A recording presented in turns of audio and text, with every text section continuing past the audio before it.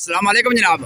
वालेकुम सलाम। जनाब क्या हाल है? सिर पक ठीक है? अल्हम्दुलिल्लाह जनाब, अल्लाह का शुक्र है जनाब, आपकी तरफ से ठीक है सर? जी अल्हम्दुलिल्लाह। जी जनाब पहले से आपका पूरा तारुफ करो प्लीज़। जनाब मेरा नाम निकाय ज़मीर है जी और मैं इसी डिस्ट्रिक्ट मीरपुर आज़ाद कश्मीर चकसवारी का रहने वाला हूँ जी और इलाका पनियाम है मेरा। और जनाब मैं पनियाम इंस्टीट्यूट ऑफ इंग्लिश लैंग्वेज ना मैनेजिंग डायरेक्टर हूँ, जी। लैंग्वेज कोर्सेज करवाना जनाब, जी माशाल्लाह। ये मेरा तारुफ है जनाब। जी जनाब तुम आज रेडी ले फुल बेचने इसने वाले ने सुका है वामी मैसेज देना चाहते हो? जनाब ये मैसेज ये है कि जनाब जो सारी यूथ है ना, जी जी बड़ी शाय है, जो बड़ा शर्म महसूस करने कोई काम नहीं करने, जी।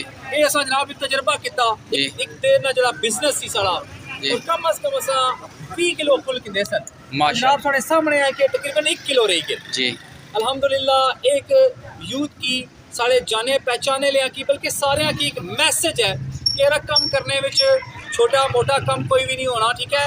इंसान हमेशा से कम है कि छोटा बनाना है और याद रखो कि तुसाना पैशन रिस्क हलाल करने वास्ते कोई मसला नहीं है, तुसा कोई भी कम करने हो तो सानी शान के खिलाफ नहीं आओ। सही गल कोई शक नहीं। असल मकसद सारा ये सी कि जनाब एक दिन प्लान जो सी सारा बिजनेस करने ना ऑलरेडी असा जनाब लाइए चकसवारी नहीं है। माशाल्लाह जी माशाल्लाह। तो और मजीद सो क्या मैसेज देना चाहते हो ओवरसीज भैन भाइयों की इतने बंदे ने? सर जितने भी साढ़े भैन भरा चाहे इस कंट्री के अंदर चाहे जनाब यूरोप अरब ममालिक भी है जितने भी, मगर देखो कि तुम अरब ममालिक भी खासकर पूरा महीना जाने हो, अपनी फैमिली दूर होने हो, सर्दी गर्मी की महसूस करने हो, मुश्किलात तकने हो, ये मंथली 70,000 जो ना इनकम होनी है, बचत जड़ी होनी है सबकी। मगर मैं समझना कि तुम शर्म महसूस ना करो और इसके हालात अपने कंट्री भी ही कमाओ।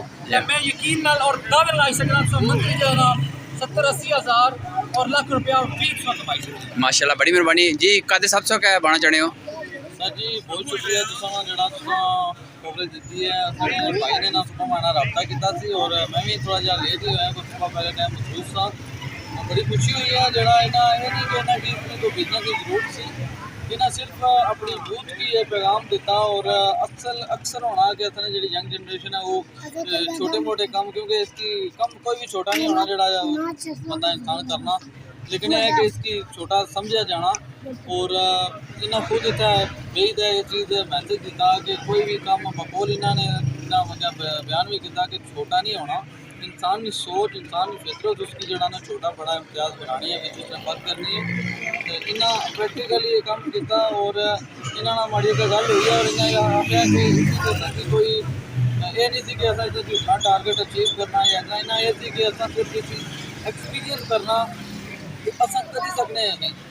और बिल्कुल जरा ना इन्होंने जज्बात इन्होंने गल्लां तुसां भी सुनिया होगा, ऑडियंस भी सुननी है, ये पता लगना और बड़ी खुशी है कि इन्हें एजुकेशन को नहीं हुई और होनी भी नहीं चाहिए। और इन्होंने जो मैसेज है यूथ तक पहुँचना चाहिए जी यंग जनरेशन है कि तुसां इतना पाकिस्तान कोई भी काम करने हो तो कर सकते हो। बेरोजगारी जी आपको उसकी तक बनाया।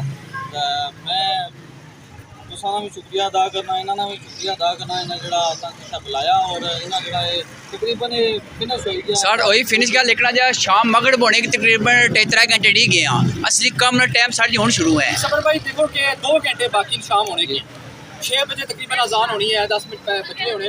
तो देखिए किलो के 20 किलो सा किंदे सन और सिर्फ 2 जनाब जो शापर अदा किलो रही गए। अल्हम्दुलिल्लाह जा असल जो टाइम है 2 घंटे असा अगर चाह तो 5-10 किलो उसने 20 बेची सकने सा।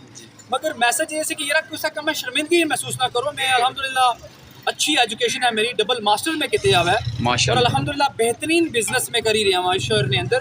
मगर देखो कि सब तू कम दर्जे ना इसकी रेडी लेके कम समझा जाना है। और मैं जनाब ये जी ना तारीफ रकम की है कि यार इसलिए कोई मैना परेशानी की गल नहीं है और असा करी के दसिया जनाब चकसवारी ने अंदर। बड़ी मेहरबानी जनाब, अल्लाह पाक से खुश रखे। थैंक यू जनाब।